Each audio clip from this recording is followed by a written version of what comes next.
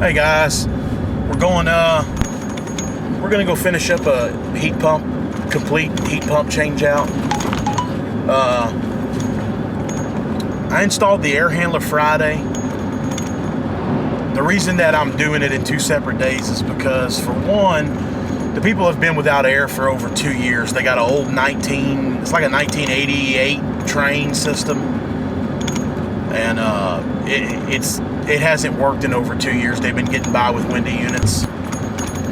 The system, when I was called out to give an estimate, I was called out to see if it was repairable or if replacement would be the best option. But when I got there, first thing I did was I just popped my little Z manifold on there and discovered that the system was totally empty on refrigerant. More than likely from a blown compressor terminal, because it's a Train 1200. I took the main top off, the top, and looked down, and I saw one of the compressor wires hanging that had came out, which is a pretty good indication that the terminals had blown on the compressor. So at that point, I told the homeowner that I would do whatever they wanted to if they wanted to put a compressor and repair, but I told them, being a 1988 or whatever it is, 80 something, that a new system would be their best bet, and they highly agreed. Friday we did just the air handler because it's been pouring down rain over here for a week. Matter of fact, we just passed through right here, and this area is completely flooded. When I leave here today, I'll try to get y'all some shots of the flooding. I wanted to get y'all some shots just a second ago, but I couldn't grab the camera fast enough. So I'll try to get y'all some shots on my way out of here and show y'all some of the flooding. These people live way out in the country, and in a town called Gina, Louisiana. Actually, on the outskirts of Gina, called Trout, Louisiana. And so there's a lot of flooding going on over here. But anyway, that's why we did it in 2 days. It's in an attic. So Friday, even though it was pouring down rain most of the day, or all day, it gave me a chance to sit in the attic. Rain kept the roof cool, kept the attic cool, and I was able to take my time and we did a really nice air handler installation. The only thing I did not complete in the attic is the drain, because I didn't have a P-trap on me, and I didn't have enough 90s on me to build a P-trap. So I have to go back in the attic, run the drain, and insulate the suction line, and set the heat pump, and mount a thermostat, and that's it. And they'll have air. So that's where we're headed to go do right now, and we'll keep y'all along for the ride today. All right, guys, I got my old outdoor unit tore out. Here it is, Train. There's the old top.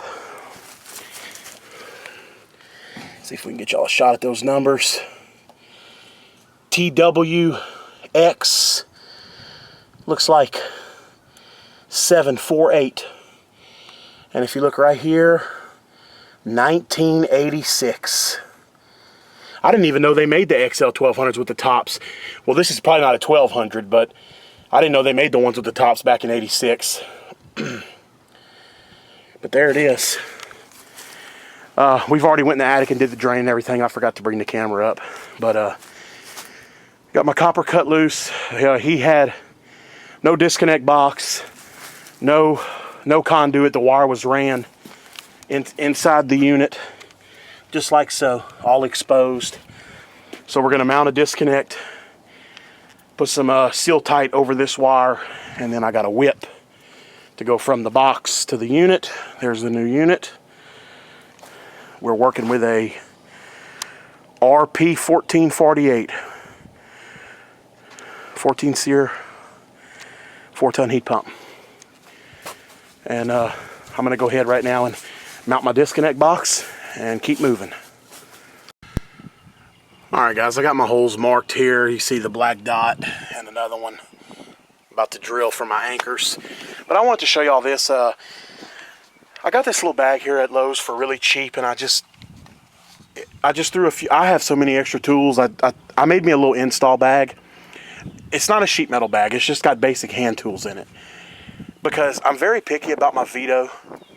My Vito is very heavy, but I don't mind carrying it for service calls. But my Vito has all kind of specialty stuff in it. You know, Stay-Cons and, you know, like I got a Shark Pro tool now instead of the little popper. Just stuff that makes the bag heavy that I don't need on installs. And then, you know, when you're doing an install, you tend to just kind of throw your tools wherever. And my Vito bag always gets messed up and I always have to rearrange it. And I'm really OCD about my service bag. I cannot stand when it gets out of whack.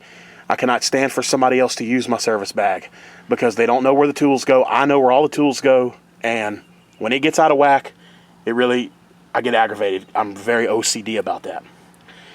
So basically I have this bag here. I just got some stuff in the bottom, you know, and I keep it light, keep it simple. And I can, because you know, when you're on the install, you kind of just throw tools wherever. And that won't bother me on this bag because it's just an install bag. I can just throw my tools and move and go. And it's also very, very light. You can see I can pick it up with one finger. And that way, if I got to crawl in an attic, it makes it easy. So I just thought I'd share that with y'all.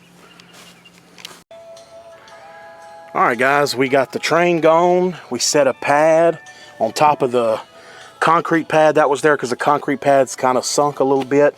We put risers underneath it. And this is a beautiful unit. Defrost controller. Nice contactor with lugs.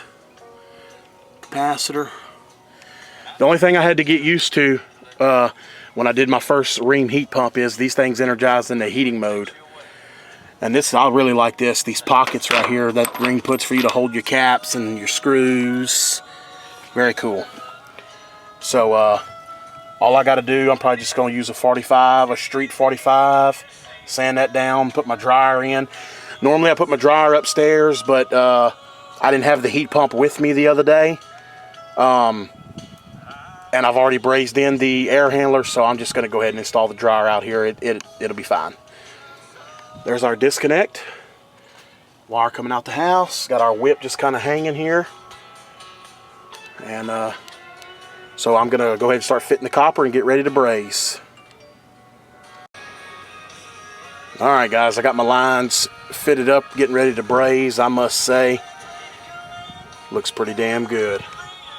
That's the original bend that was coming for the train, and then I just made a swedge here.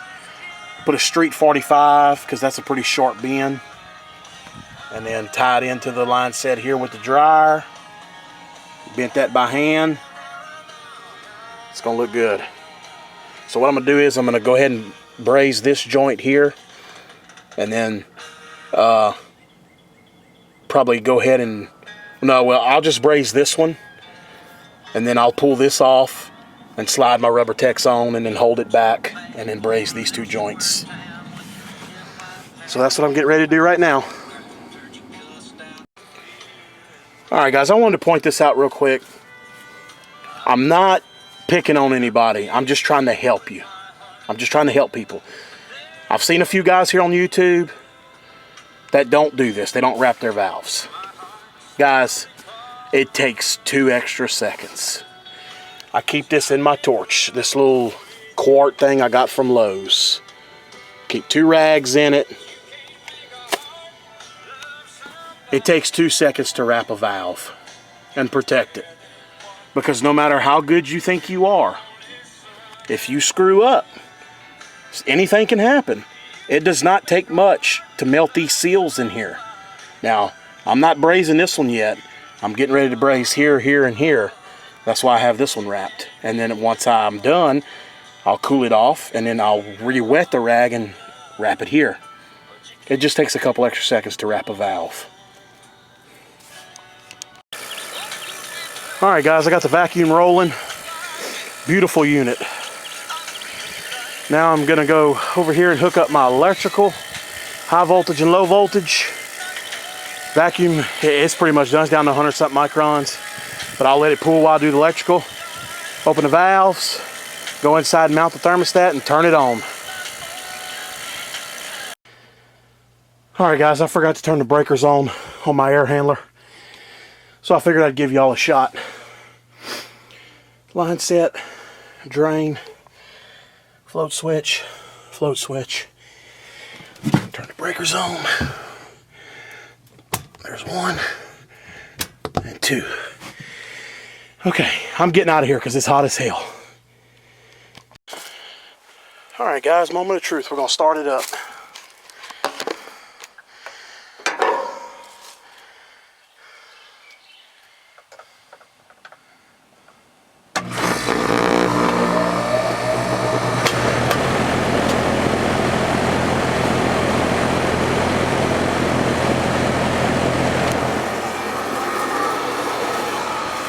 Beautiful.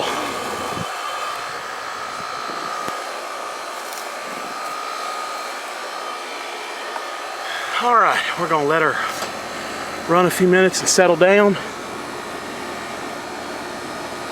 and we'll get right back to y'all. All right, guys, I'm having to add refrigerant,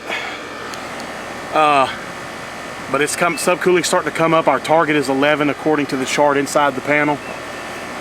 And we have a pretty long line set, and right here it's all 7/8, and I believe it's 7/8 going into the wall, but once it penetrates the attic, it turns in the 1 1/8. I actually had to tie in the 1 1/8 at the air handler when I brazed in my air handler. So between the long line set and the larger suction line, I figured I was gonna have to add some refrigerant, and that's what I'm doing right now. Subcooling's coming up. It was at 1, we're at 4.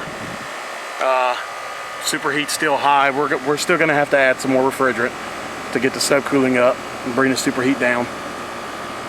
So that's what I'm gonna do. I'm gonna sit here with it and just keep throttling a little bit of refrigerant in until we get to our target of 11 or at least 10. If I can get it to 10, I'd be happy. All right, guys, I'm at 10.8. Subcooling, 14 degrees of superheat.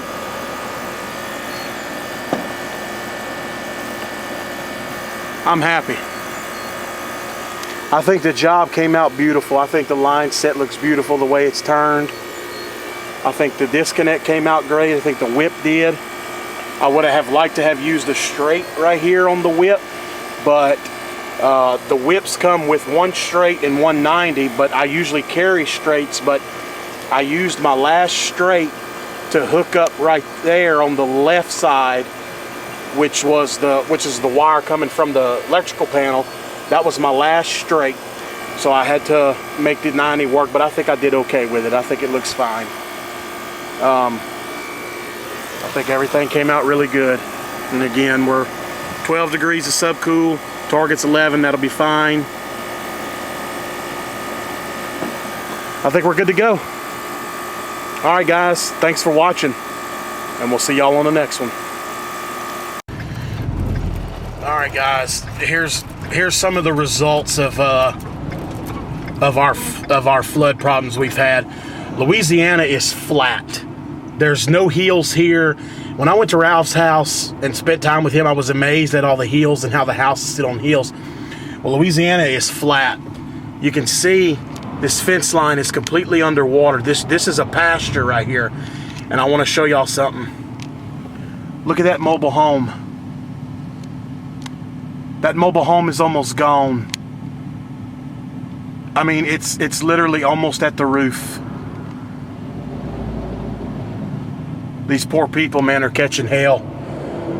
When it rains it's been raining for a solid week and a half, and when that happens here, you can see it makes for bad days for us. We were flooded pretty good at my house too, but nothing like this.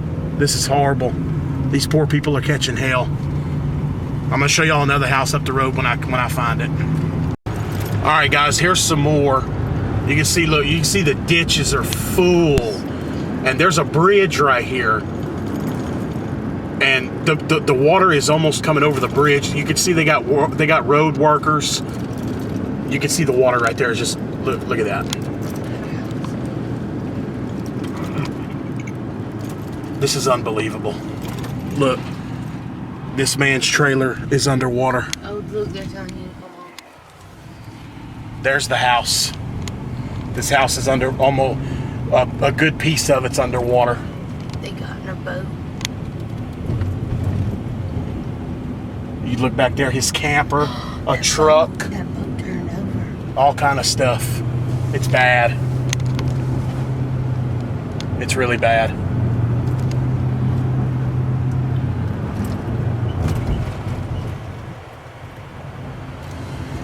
Yep, I just wanted to shoot that for y'all. And right here it starts to get better, but I feel bad for them people, man. Those people they got a long road ahead of them. All right, guys. We'll see y'all on the next one.